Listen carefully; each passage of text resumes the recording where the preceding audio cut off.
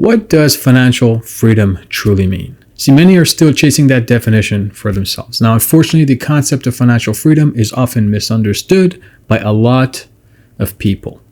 If you're looking for the true definition of financial freedom and want clarity, then stick around, because in today's video, we'll discuss what financial freedom can mean to you and how you can evaluate the financial moves in order to get closer to realizing your own form of financial freedom.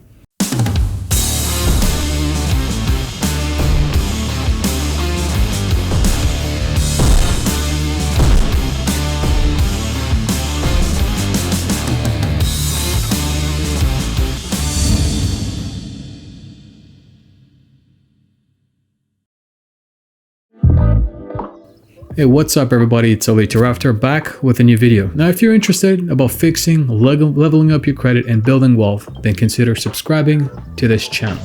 See, I post videos regularly to help you get educated on the key principles of finance and wealth.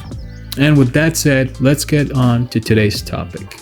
The term financial freedom has been widely used and many have come up with their own theories of what it means for them. There have also been thousands of books on financial freedom that were published. So with all that information to go through, what does true financial freedom consist of? Well, in today's video, we'll deep dive into the financial freedom and what it can potentially do and mean for you. I'll break this video down into a few different segments to go over the elements of financial freedom and how they can each correspond with each other. Understanding financial freedom means that we have to understand each contributing element in order to influence them towards reaching our goals at the end of the day. First, let's go over the general definition of financial freedom, or in most cases, as people call it, financial independence. So it is stated that financial freedom is when your passive income surpasses your outstanding obligations, which would be your expenses or any bills that you have for the rest of our life, without worrying or needing to go back to work in order to earn money. Given that the definition comprises of a few elements to think about, we have to start evaluating the components of what true financial freedom means. And this means that we'll need to dig deeper into the context of passive income, analyzing our expenses and how they can influence your income goals, as well as your ability to scale the entire system to provide a more enhanced form of financial independence. First, let's start by understanding your income component. So there are challenges of achieving this financial freedom when you're at an early age. It's actually next to impossible, unless of course you win the lottery. But even at that, if you don't have the discipline, you may as well not win at all. When it comes to income, there are many categories that we can go about evaluating this. But for the most part, we have to think about passive income. And it's got to be something that is sustainable with clear opportunities to grow. Without a definitive form of passive income, the math for financial freedom doesn't add up. So it's important that we focus on that first. So how do people realize passive income in the first place? Let's go over that first. So in most cases, there are hundreds of forms of passive income sources that you can come across, but generally the most common forms are real estate, you have business ventures, you can buy stocks or bonds, and so on and so forth. To ensure that we're on the right path towards financial freedom, the passive income streams that you have must always exceed the money that is going out of your pocket on a month-to-month basis. So it's important that your income streams that you're accumulating have some form of growth, realized in them, because even though you may be generating income on a regular basis from them, we have to keep in mind that inflation exists and unforeseen economic circumstances will come around. And unfortunately, for most income sources which are outside of our control, growth isn't always guaranteed. This is especially true if you're doing public investments such as stocks, bonds, REITs, and so on and so forth. The only other avenue of control we have is through real estate. Yet it's not always clear skies and rainbows when it comes to real estate either. People still forget that in real estate, you still need to actively participate in maintaining and managing the properties. This can get extremely tedious and you have to be at the top of your game. So there are thousands of horror stories when it comes to real estate, and all of them are not worth anybody's while. Now, before you say, wait, hold on a second, Alex, that's not true. You can still make passive income through real estate by going through something called a syndication.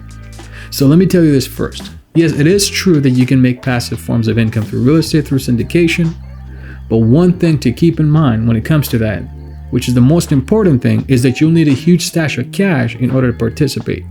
So where do you get that money in the first place, right? Simple, by going to work or being active on making it happened. So thus the whole concept of passive income in this scenario when it comes to syndication is basically thrown out the window. And another important note with real estate syndication is that you'll need a substantial amount of savings to participate, because most experienced syndicators who are looking for investors out there are only taking accreditor investors. This means that you'll need to qualify in some mean through income, asset, or overall financial objectives. So with that said, it's important to keep everything that I've just mentioned in mind when you're thinking about passive income. Moving on to understanding and evaluating expenses when it comes to financial freedom.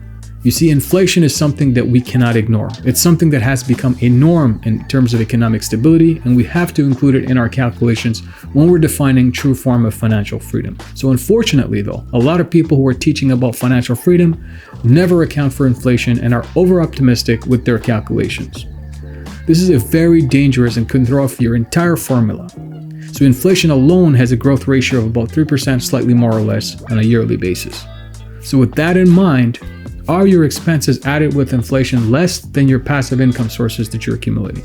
And if so, does your passive income source have growth components that exceed the yearly inflation rate? It's not only about ensuring that your income outgrows inflation and your expenses, but it's about making sure that there is a form of compound that is accounted for and is built into your passive income sources. One of the forms of growth, and this always will be, is compound.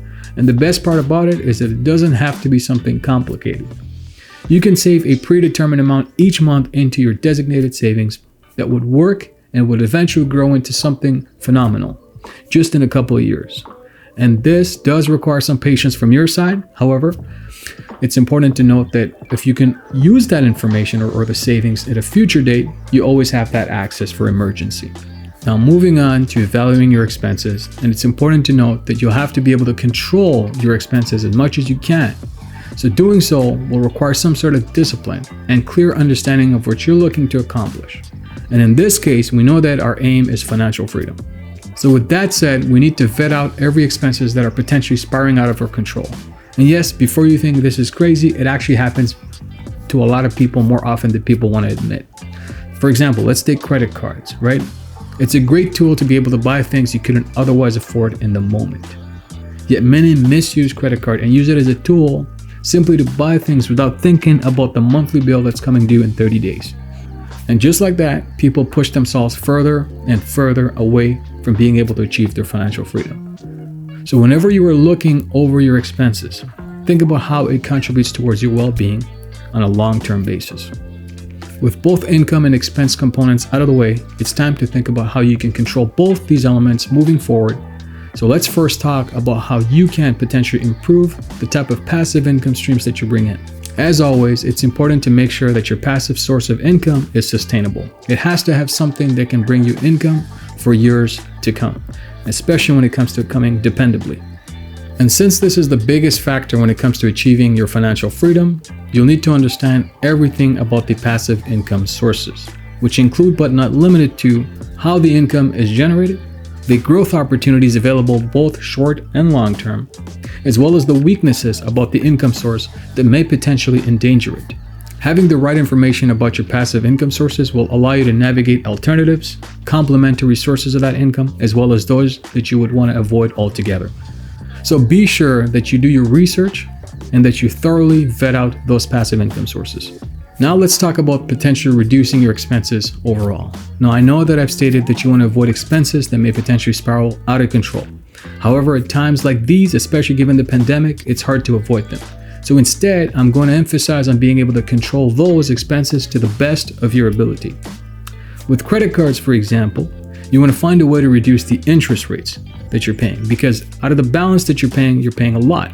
So if you're carrying your balances at all times, especially with high interest rates, you want to be able to reduce that. So to do that, simply make sure that you don't pass a certain threshold with your creditors at any given point. And this could be as easy as setting a maximum spending limit on your credit cards. Now for most of us, due to the high limits available at times, it may seem tempting to just spend a bit more.